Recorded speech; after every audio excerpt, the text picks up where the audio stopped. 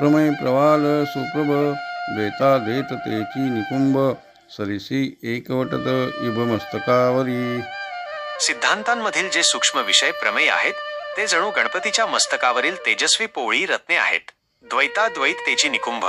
गणपतीच्या मस्तकावर जे दोन उंच भाग कुंभस्थळ आहेत ते द्वैत आणि अद्वैत ही दोन दर्शने आहेत.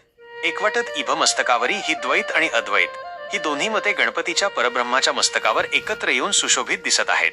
म्हणजेच अंतिम सत्यामध्ये द्वैत आणि अद्वैताचा समन्वय होतो. उपरी दशोपनिषदे ये उदारे ज्ञानमकरंदे ते कुसुमे मुगुटी सुगंधे शोभती बली. अर्थ, गणपतीच्या मस्तकावर जी 10 उपनिषदे आहेत ती जणू काही ज्ञानाचा रस मकरंद देणारी फुले आहेत. ही सुगंधित फुले गणपतीच्या मुकुटावर अत्यंत शोभून दिसत आहेत. म्हणजेच उपनिषदे हे ज्ञानाचे सर्वोच्च शिखर असून ती या रूपाचा मुकुट आहेत. अकार चरण युगल उकार उदर विशाल मकार महामंडल मस्तकाकारे. अर्थ, माऊलींनी येथे श्री गणेशाला ओंकार स्वरूप मानले आहे. अ कार म्हणजे गणेशाचे 2 पाय, चरण. उकार म्हणजे त्याचे विशाल पोट, उदर. मकार म्हणजे त्याचे मस्तक, मंडल. यावरून गणपती हा प्रत्यक्ष प्रणव एम आहे असे ते सुचवतात.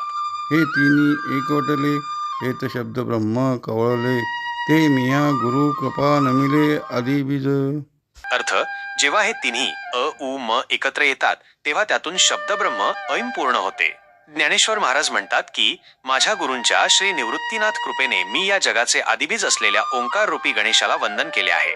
बोला पुंडलिकावर देहार विठ्ठल श्री ज्ञानदेव तुकाराम पंढरीनाथ महाराज की जय. माऊली ज्ञानेश्वर महाराज की जय.